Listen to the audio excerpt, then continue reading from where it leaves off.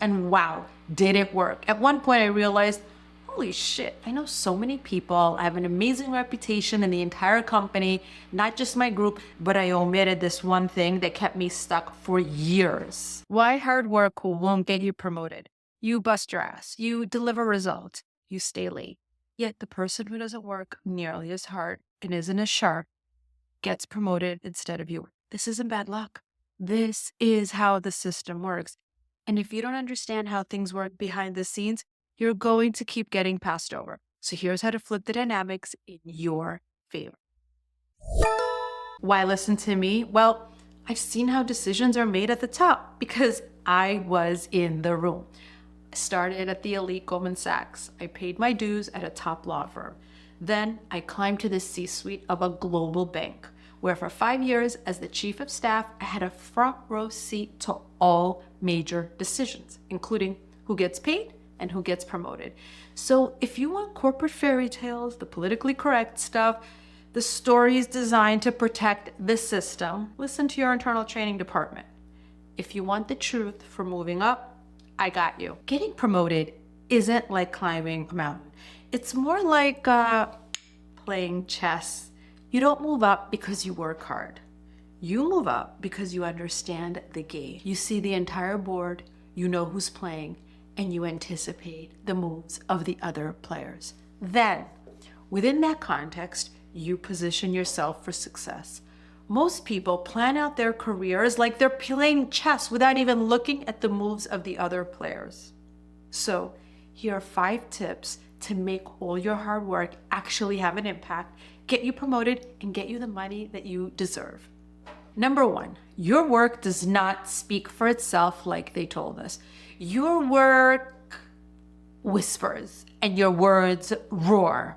Look, for you to be recognized, like really recognized, embedded, lasered into the brain, you need to speak your words into reality. You need to verbalize it so people know it over and over again, to bosses, to peers, to other leaders. And I know you want to disagree, but if you don't say it in a meaningful way, people may know it, but they won't really internalize it. They won't appreciate it, and you won't stand out. Early on in my career, I was convinced it was a meritocracy. I thought if I was the best and the hardest worker and the smartest, of course I would get ahead. But having sat inside the room where I watched decisions made, I know better.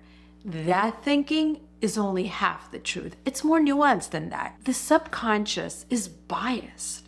There is a psychological bias. Humans decide promotions, and they remember what they hear. They remember what they hear over and over again. They remember it more if they see it and hear it with impact. Does it mean scream it into a microphone? But no. If you say it in passing like it's no big deal, or in a long email because you're afraid to speak to senior people, yeah, they'll know, but it won't have the same impact. A gymnast ends the performance in a way to create impact and to imprint onto the brain the achievement. A gymnast ends by landing the shot, boom, and pausing to make sure you take note, so it's cemented in your brain. You need to do the equivalent of that with your accomplishments. Maybe not so grandiose. So here's what I want you to do.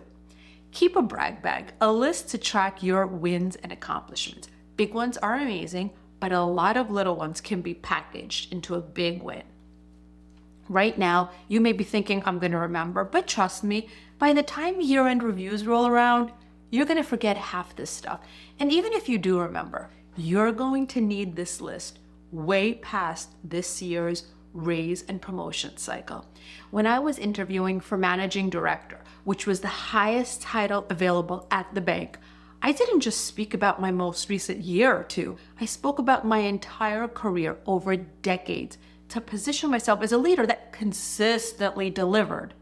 I used my brag list to paint this picture of this consistent behavior that warranted the highest title available at the bank. So your brag bag will come in handy in the future, either at promotion time or for future job interviews, or for the stories that will make these points even more impactful. Your brag bag is important. Who watches Suits? Harvey Specter said it best when he said, "It's not bragging if it's true." Also, challenge the modesty mindset.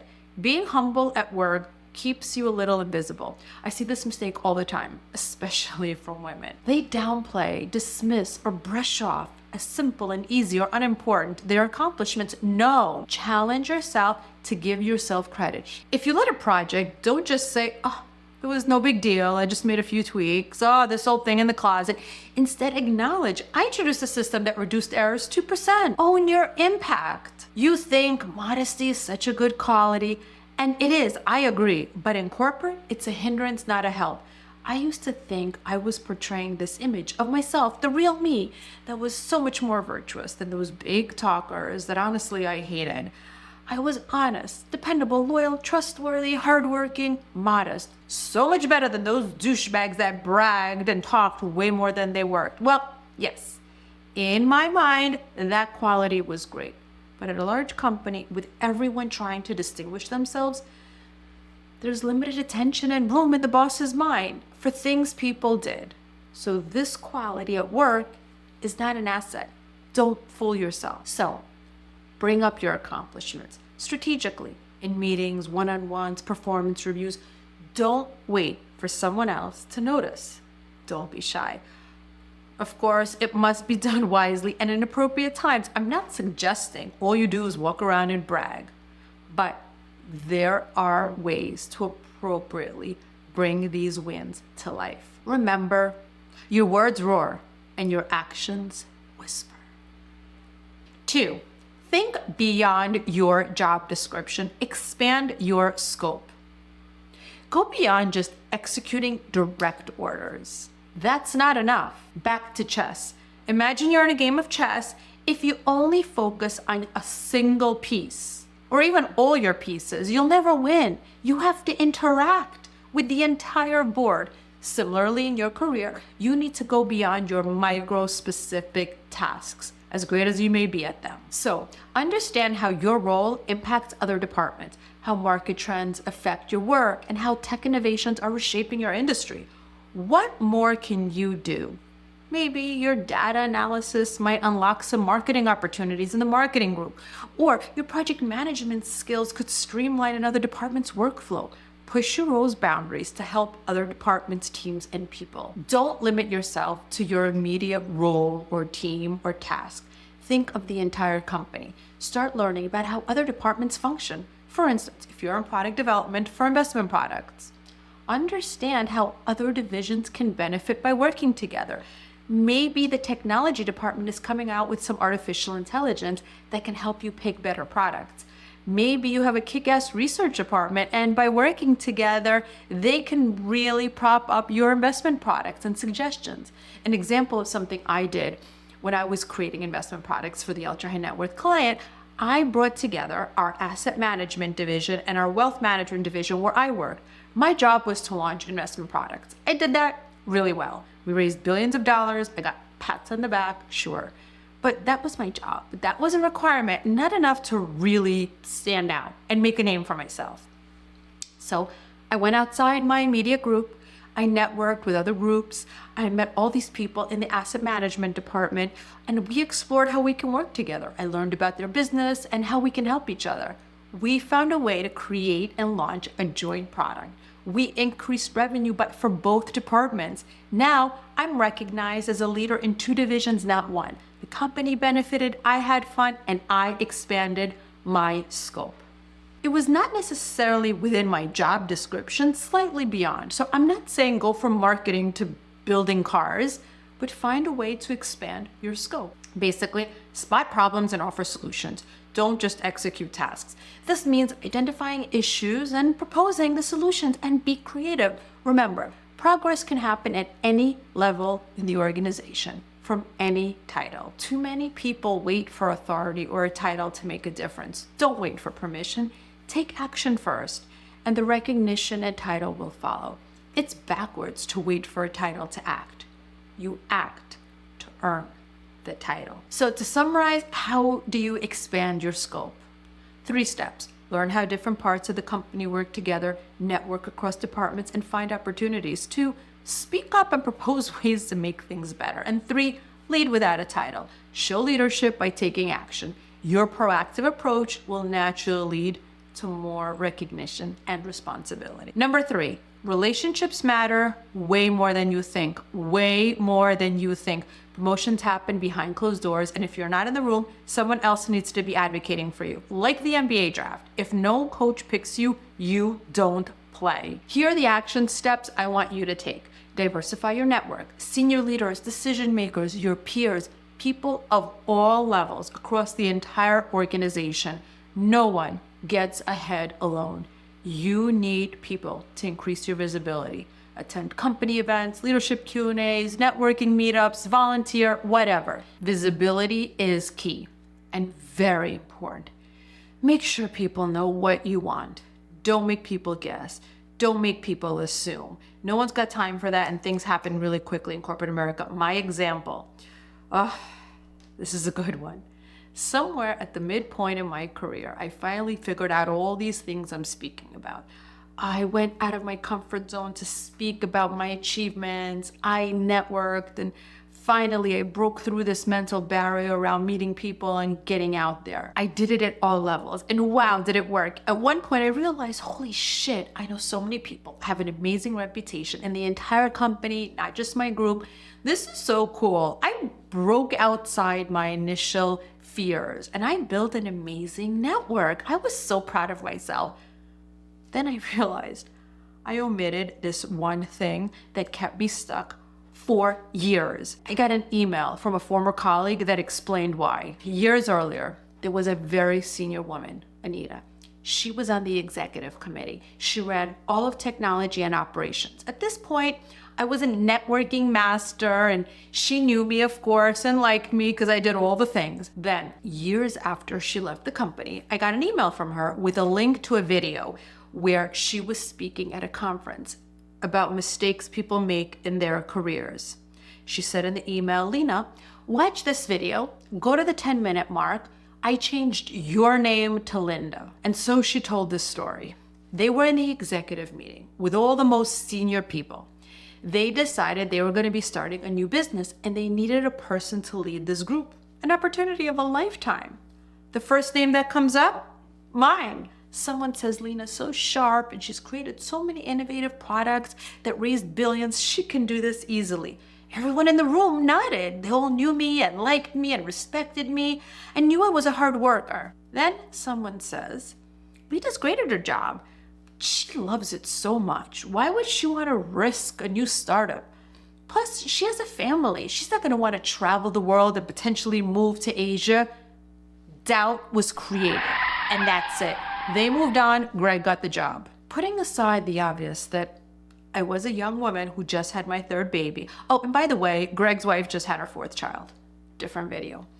As soon as I watched this video, I realized my mistake immediately.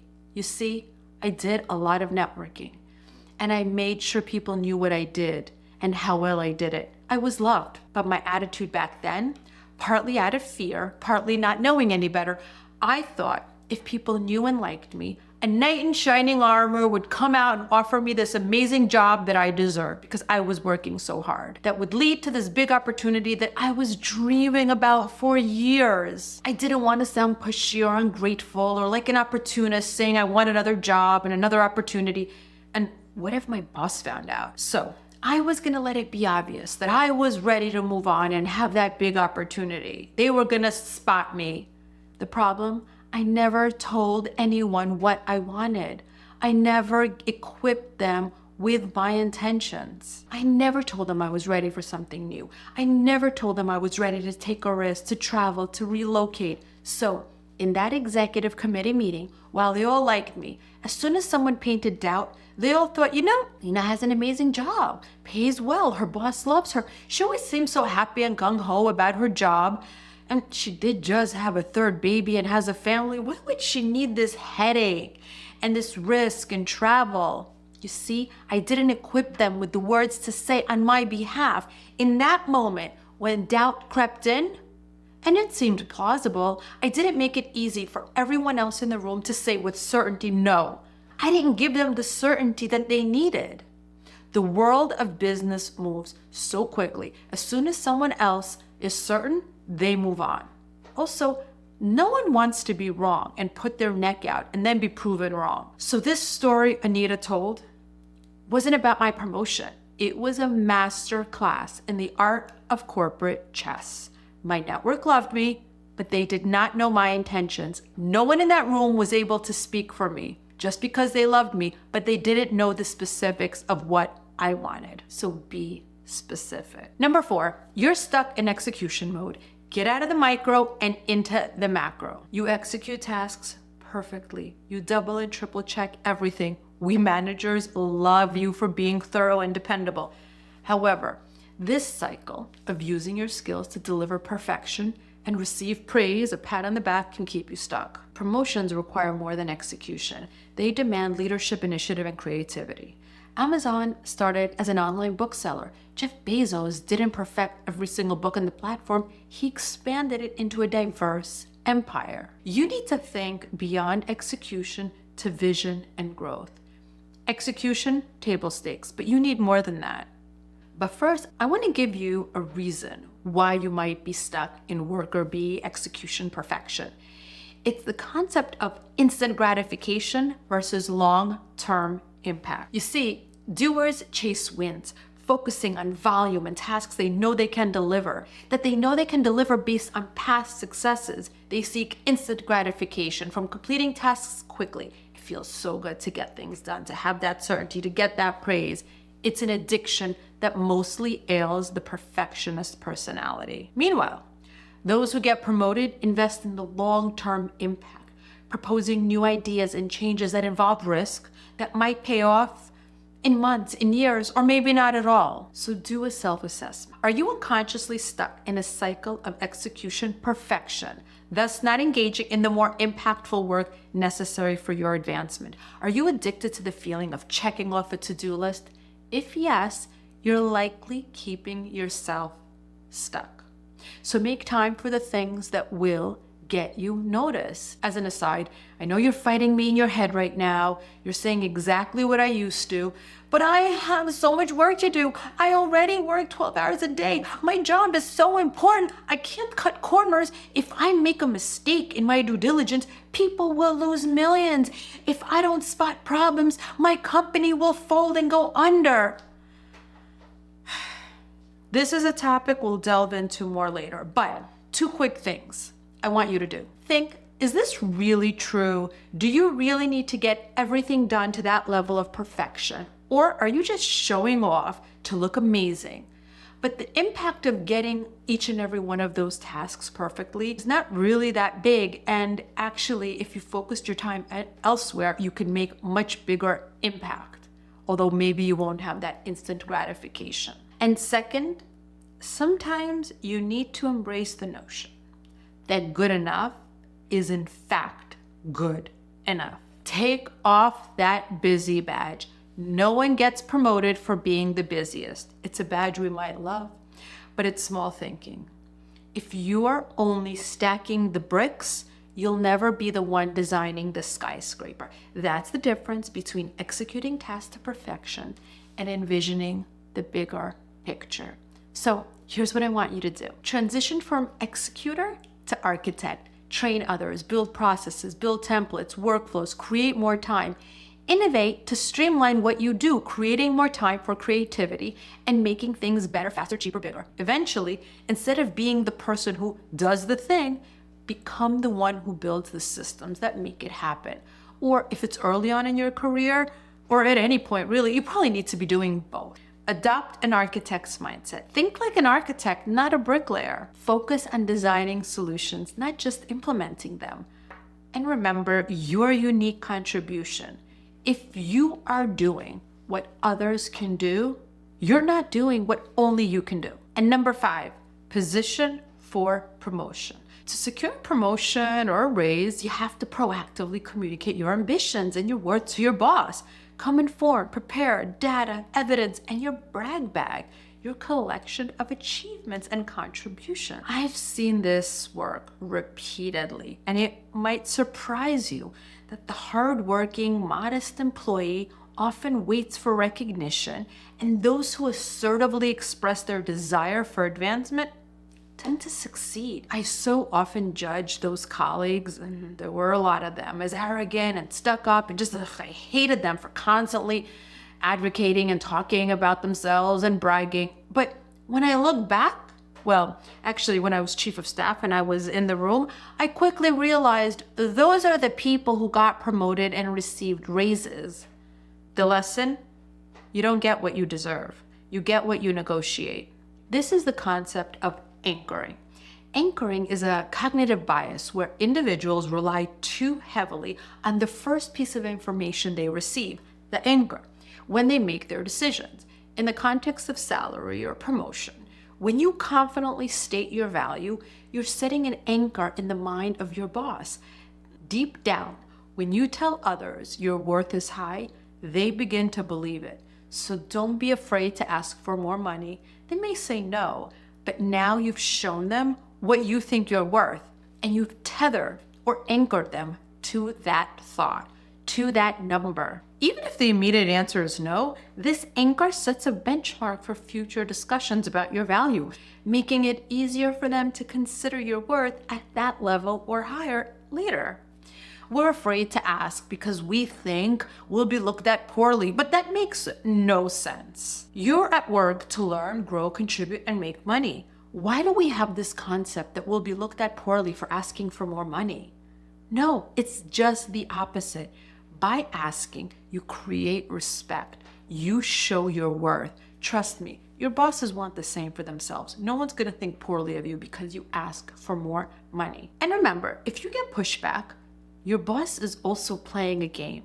They don't have unlimited money and promotions to hand out. So they have to say, wow, that's a lot. That's the game, to keep you tethered to a lower number. Don't let their reaction or their no cause you angst. It's just a game. So here are the actions you should start with. Initiate the conversation. Ask your boss, what would it take for me to move to the next level or make this amount of money? Plant the seed of your promotion and salary way before the official discussions begin. And also act like you're already there, not in an arrogant way, but start taking responsibilities that align with the role that you aspire to. Leadership isn't about a title. It's about action. Leaders emerge by demonstrating capability, not by waiting for an appointment. Leadership is about guiding others, not just managing direct reports. Everyone benefits from direction, and you can provide that without a formal title. One small example, you're probably in a ton of meetings where a lot is said, and at the end, no one knows what to do, or no one wants to do, or everyone's lazy. So take charge, take the lead, say, we've decided A and B. I'll follow up on D. Joe, can you follow up on E? Then take the responsibility to set up the follow-up meeting. Email the stakeholders, keep them posted. All people want to be led. Lead. Trust me, people find it comforting. People feel taken care of when they are led. So lead. We're all natural followers. So let's summarize. Hard work, part of the equation, but it's not the whole formula. If you want to move up, you need to fight for it. Be visible, be vocal, be unafraid, or if afraid, do it anyway, like I did until I shed the fear. Hard work, it's the fuel, but you won't get anywhere without a steering wheel. The actions we just discussed are you positioning the steering wheel in the direction you want to go. And stop waiting to be discovered. The people who move up don't just grind, they position themselves for leadership. Start now. And please, please believe in yourself. But don't believe in yourself so much that you stop learning, because we all have a way to go.